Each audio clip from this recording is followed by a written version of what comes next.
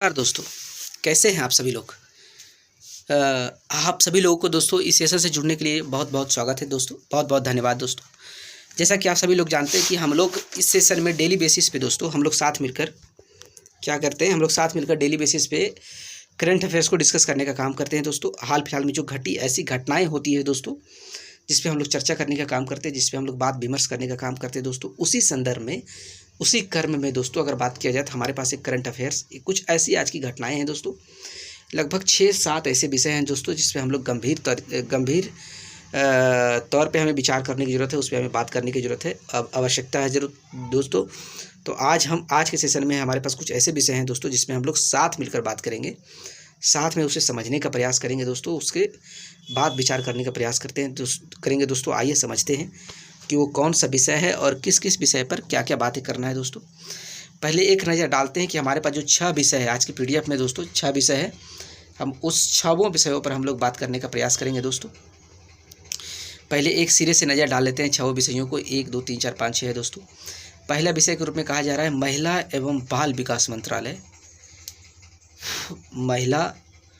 महिला एवं बाल विकास मंत्रालय का ई गवर्नेंस 2024 का राष्ट्रीय पुरस्कार मिला है दोस्तों, जो सबसे बड़ी चीज़ है और बहुत बहुत बड़ी चीज़ है दोस्तों। एक बहुत सकारात्मक पहलू है जिसे कह सकते हैं आप।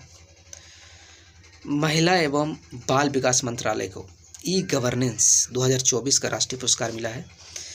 और दूसरा पॉइंट है दोस्तों कि राष्ट्रीय शिक्षक दिवस क्या होता है, किसके नाम पे इसे मनाया जाता है, किसके जयंती पे इसको मनाया जाता है, किस लिए मनाया जाता है राष्ट्रीय शिक्षक दिवस, कब से मनाया जाता है दोस्तों, कब मनाया जाता है दोस्तों, इस पर हम बात करेंगे। पेरिस पैरालंपिक्स में भारतीय पदक विजेताओं का क्या परफॉर्मेंस रहा है दोस्तों। भारत को कितने पदक मिले हैं पैरालंपिक्स में, किस टाइप के पदक मिले हैं, किनको किनको पदक दिया गया है दोस्तों, इस पर भी हम चर्चा करेंगे। और एग्रीश्योर फंड का एक शुभारंभ किया गया है दोस्तों, हमारा एग्रीकल्चर मंत्री जो शिवराज सिंह चौहान है दोस्तों, उनके द्वारा एग्रीश्योर फंड का शुभारंभ किया गया है। हम उस पर भी बात करेंगे, उस पर भी हम चर्चा करने का काम करेंगे दोस्तों। विषाणु युद्ध अभ्यास क्या है, कब किया गया, किस लिए किया गया, किसके द्वारा किया गया दोस्तों, इस पर भी हम चर्चा करेंगे। वैदिक 3D संग्रहालय क्या है, कहाँ बनाया जा रहा है, कब बनाया जा रहा है, इससे भी हम जानने का प्रयास करेंगे दोस्तों। तो आइए जानते हैं, एक नज़र इस पर डालने का प्रयास करते हैं। महिला एवं बाल विकास मंत्रालय को ई गवर्नेंस 2024 का राष्ट्रीय पुरस्कार से सम्मानित किया गया है दोस्तों।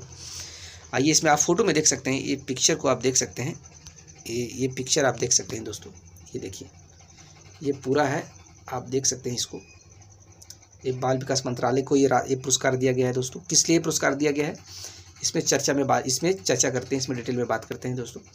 हाल ही में, ये पॉइंट याद रखिएगा, हाल ही में महिला एवं बाल विकास मंत्रालय, ये इंपॉर्टेंट है दोस्तों, महिला एवं बाल विकास मंत्रालय को पोषण ट्रैकर, ये इंपॉर्टेंट है, पोषण ट्रैकर पहल के लिए ई गवर्नेंस 2024 स्वर्ण का राष्ट्रीय पुरस्कार मिला है दोस्तों। 3 चीज़ इंपॉर्टेंट है, आप पहले आप मिनिस्ट्री को याद रखिएगा, मिनिस्ट्री बहुत जरूरी है। कि महिला एवं बाल विकास मंत्रालय को दिया गया है, ये इंपॉर्टेंट है।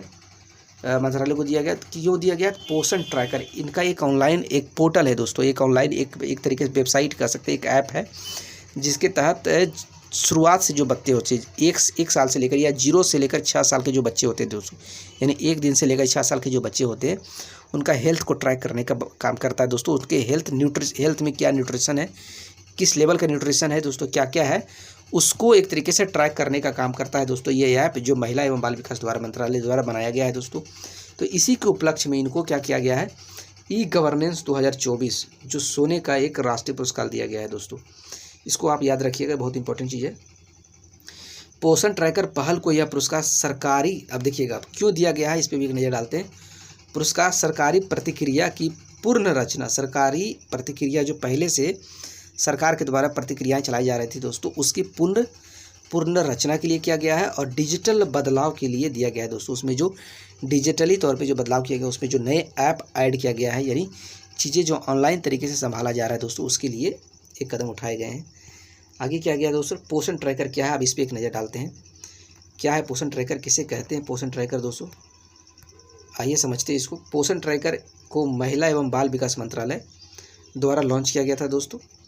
पोषण ट्रैकर ऐप आंगनबाड़ी केंद्र, जिसको बोलते हैं चाइल्ड केयर सेंटर, यानी कि आंगनबाड़ी केंद्र की गतिविधियों के बारे में भी ध्यान रखने के लिए, आंगनबाड़ी कार्यकर्ताओं की सेवा का वितरण करने और गर्भवती महिलाओं को या फिर जो स्तनपान कराने वाली माताएं हैं दोस्तों और 6 साल से कम उम्र के बच्चों के लिए पूर्ण लाभार्थी प्रबंधन प्रदान करने का काम किया दोस्तों। यानी कि इन सारों को एक तरीके से फ़ायदा पहुंचाने का काम किया गया है, इन सारों को देखभाल करने के लिए काम किया। इन सभी लोगों को जितने मैंने हेडलाइन किया, ये जो पोषण ट्रैकर ऐप होता है दोस्तों, इस पोषण ट्रैकर ऐप से आंगनबाड़ी केंद्र की गतिविधियों को ट्रैक किया जाता है। आंगनबाड़ी कार्यकर्ताओं की सेवा जो वितरण है उसके बारे में जानकारी देता है, गर्भवती महिलाओं के बारे में जानकारी देता है, स्तनपान जो कराने वाली माताएं हैं या फिर 6 साल से जो कम उम्र के बच्चे हैं उसका भी न्यूट्रिशन का, हेल्थ का डेटा इस पे रहता है। इस पे आप ख्याल कर सकते हैं, इस पे जानकारी मिलती है दोस्तों। पूर्ण लाभार्थी को इसका जो मैनेजमेंट करने के लिए बाल विकास मंत्रालय को ये पुरस्कार से सम्मानित किया गया है दोस्तों।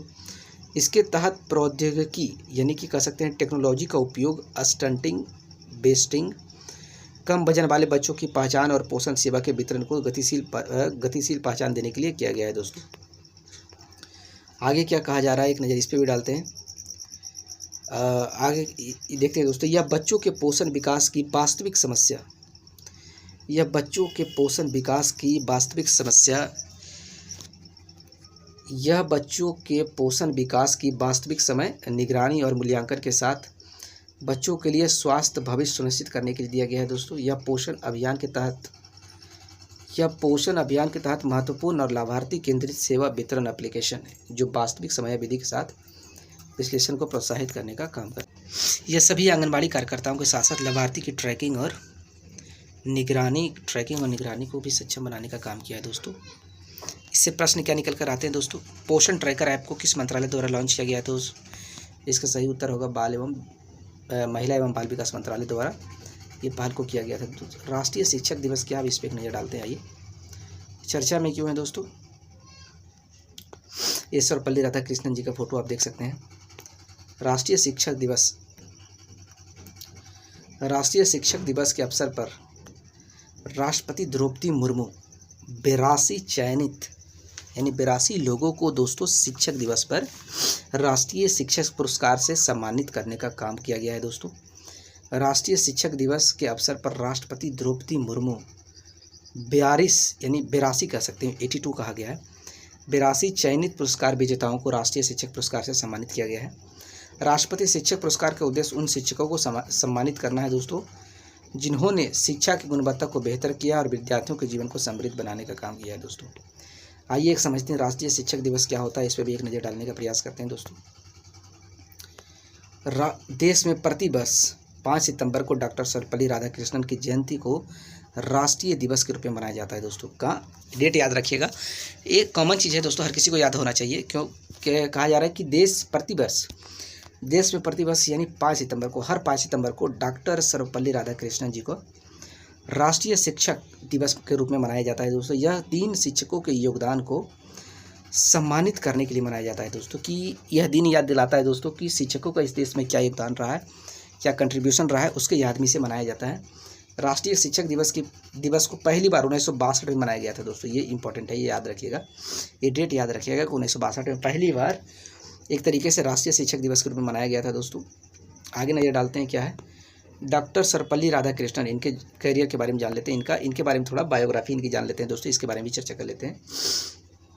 डॉक्टर सर्वपल्ली राधाकृष्णन का जन्म 5 सितंबर 1888 को मद्रास प्रेसिडेंसी तमिलनाडु में हुआ था दोस्तों। 5 सितंबर 1888 डेट याद रखिएगा। सर्वपल्ली राधाकृष्णन का जन्म 5 सितंबर 1888 को मद्रास प्रेसिडेंसी, उस समय मद्रास एक प्रेसिडेंसी हुआ करता था दोस्तों, इसीलिए कहा गया मद्रास प्रेसिडेंसी, तमिलनाडु में हुआ था दोस्तों। ये भारत के प्रथम उपराष्ट्रपति भी हैं,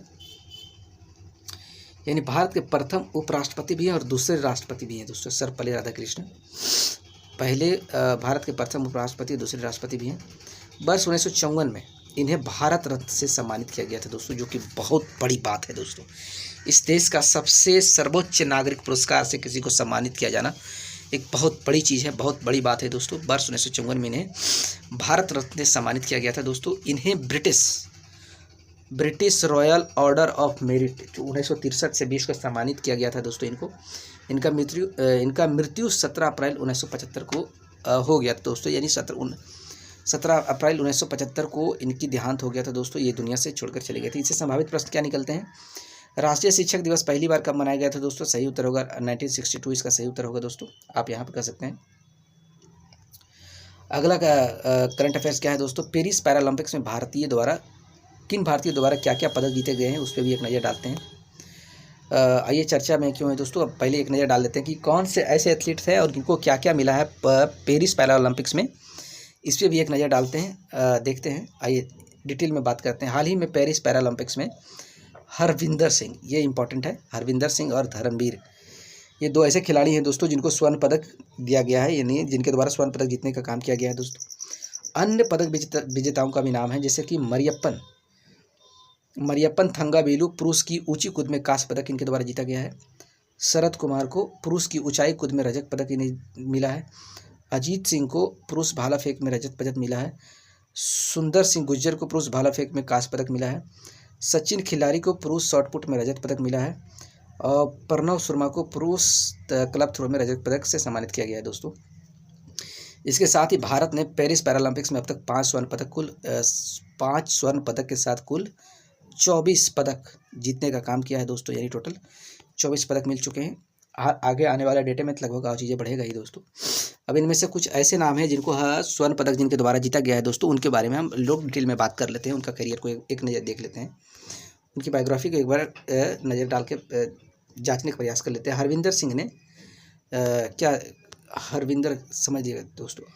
सिंह ने मेंस सिंगल्स रिकवर ओपन तीरंदाजी में इनको स्वर्ण पदक मिला था दोस्तों, कि आज तक यानी तीरंदाजी में पैरालंपिक्स में कोई ऐसा खिलाड़ी नहीं है दोस्तों जिसको स्वर्ण पदक मिला है, हरविंदर सिंह को छोड़कर दोस्तों। ये पैरालंपिक्स में स्वर्ण पदक जीतने वाले पहले भारतीय तीरंदाज हैं दोस्तों। ये हरियाणा में अजीत नगर के रहने वाले, यानी हरियाणा में इनका घर है दोस्तों, अजीत नगर में, यानी हरियाणा के अजीत नगर में रहने वाले हैं। इन्होंने वर्ष 2018 में एशियाई पैरा खेलों में भी स्वर्ण पदक जीतने का काम किया था दोस्तों। धर्मवीर कौन है, इनके बारे में भी जान लेते हैं, इनके बारे में भी बात कर लेते हैं दोस्तों, एक नज़र डाल लेते हैं सिरे से।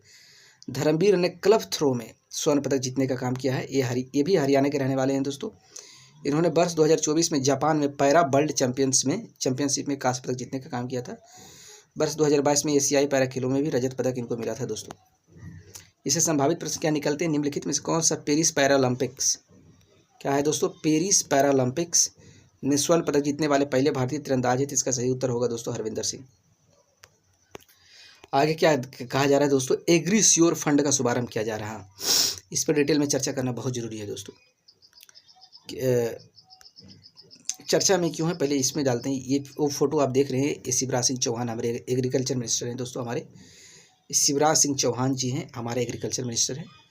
आगे बात कर लेते हैं। हाल ही में कृषि मंत्री, ये याद रखिएगा, ये इंपॉर्टेंट है, ये जो नाम इंपॉर्टेंट है दोस्तों, मंत्रालय में किसको क्या जगह मिली है, क्या जगह दी गई है दोस्तों, इंपॉर्टेंट है। हाल ही में कृषि मंत्री शिवराज सिंह चौहान ने एग्रीश्योर योजना का शुभारंभ किया। अब क्या है एग्रीश्योर, ये योजना भी इंपॉर्टेंट है, इसको आप सभी लोग को याद करना बहुत ज़रूरी है दोस्तों। इसलिए मैं इसको हेडलाइन कर दिया हूँ ताकि आपको याद रखे, आप समझ पाएँ कि क्या क्या चीज़ें इंपॉर्टेंट है दोस्तों। एग्रीश्योर योजना को शुभारंभ किया गया। अब क्या है एग्रीश्योर योजना दोस्तों, हम इस पर भी बात करेंगे, इस पर चर्चा करेंगे।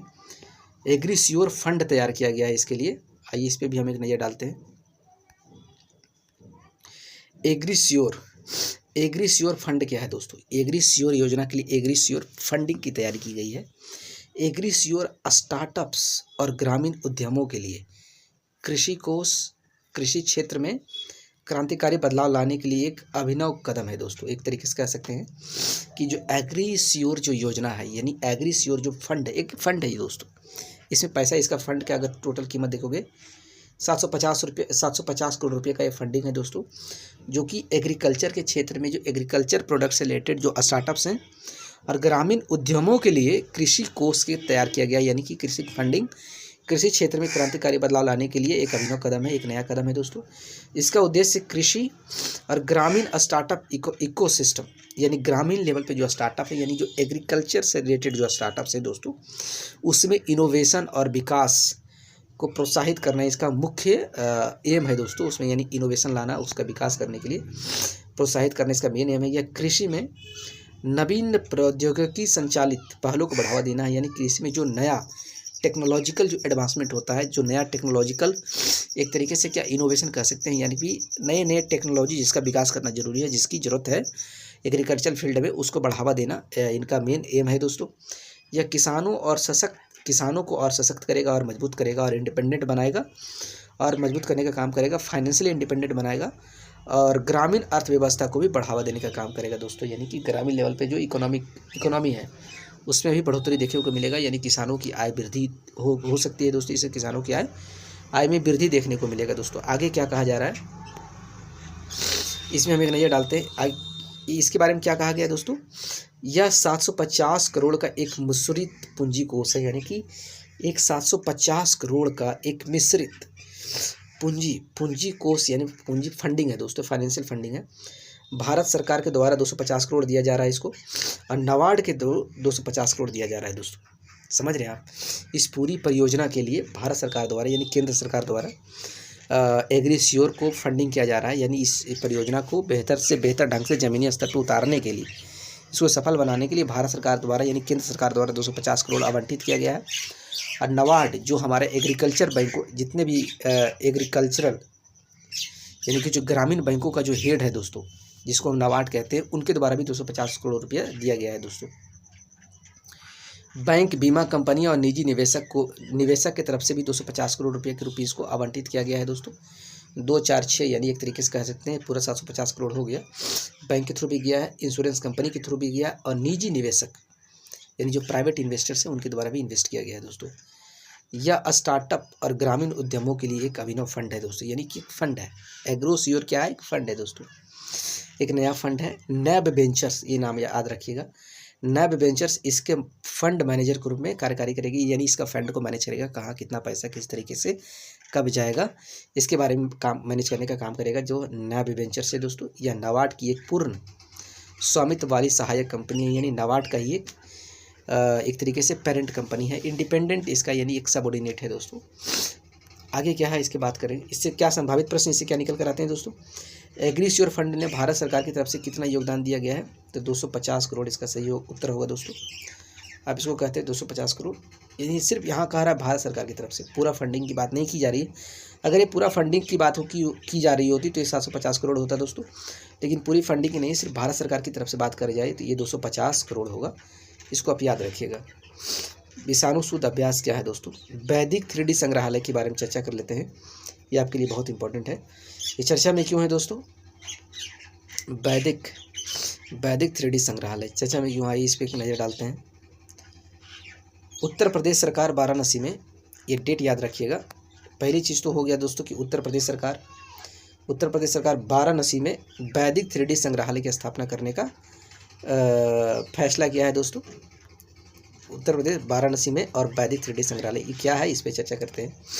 वैदिक 3D संग्रहालय, इसके अंदर कौन से काम किए जाएंगे, किस प्रकार का कार्य होगा दोस्तों, इस पे उसको हम जानने का काम करते हैं। इसका निर्माण संपूर्णानंद संस्कृत विश्वविद्यालय, जगह को याद रखिएगा, इसका निर्माण कहाँ कराया जा रहा है दोस्तों, संपूर्णानंद संस्कृत विश्वविद्यालय में कराया जाएगा। संपूर्णानंद संस्कृत विश्वविद्यालय के भवन में किया जाएगा दोस्तों। इसका संग्रहालय भारतीय ज्योतिष्य, खगोल विज्ञान और वैदिक साहित्य को समर्पित करेगा दोस्तों। ये जो संग्रहालय है एक तरीके से एक म्यूज़ियम कह सकते हैं आप, म्यूज़ियम होगा दोस्तों, जिसमें भारतीय ज्योतिषी के बारे में इतिहास होगा या फिर खगोल विज्ञान से रिलेटेड जो ऐतिहासिक चीज़ होगा उसको रखा जाएगा, उसको बनाया जाएगा। और जो वैदिक साहित्य को लेकर जो चीज़ें हैं इस देश में है उसको उस म्यूज़ियम में रखा जाएगा, उसको प्रदर्शित करने का काम किया जाएगा दोस्तों। इसमें क्या होंगे, 16 संस्कार होंगे, 64 कलाएँ होंगे दोस्तों, और 18 विद्या स्थलों के साथ साथ भारतीय ऋषियों के योगदान पर भी प्रकाश डाला जाने का कार्य किया जाएगा दोस्तों। यह शास्त्रार्थ की परंपरा को पुनर्जीवित करने के लिए एक मंच के रूप में काम करने का काम करेगा दोस्तों। शास्त्रार्थ कर सकते हैं इसको दोस्तों। शास्त्रार्थ की परंपरा के पुनर्जीवित करने के लिए एक मंच के रूप में काम करेगा दोस्तों। इससे संभावित प्रश्न क्या उठते हैं दोस्तों, उत्तर प्रदेश में वैदिक 3D संग्रहालय की स्थापना कहाँ की जाएगी दोस्तों, इसका सही उत्तर वाराणसी होगा। उम्मीद करते हैं दोस्तों आप सभी लोगों को चीज़ों बहुत अच्छे से समझ में आई होगी। चीज़ों के हमने बहुत डिस्कस में काम किया है, बहुत डिस्कस में समझाने का प्रयास किया है दोस्तों, और आपको चीज़ें अच्छे से समझ में भी आई होगी दोस्तों। आज के लेक्चर में इतना ही रखेंगे, बाकी बातें हम अगले लेक्चर में करेंगे दोस्तों। तब तक हमारे साथ आप सभी लोगों को जुड़ने के लिए दोस्तों बहुत बहुत धन्यवाद।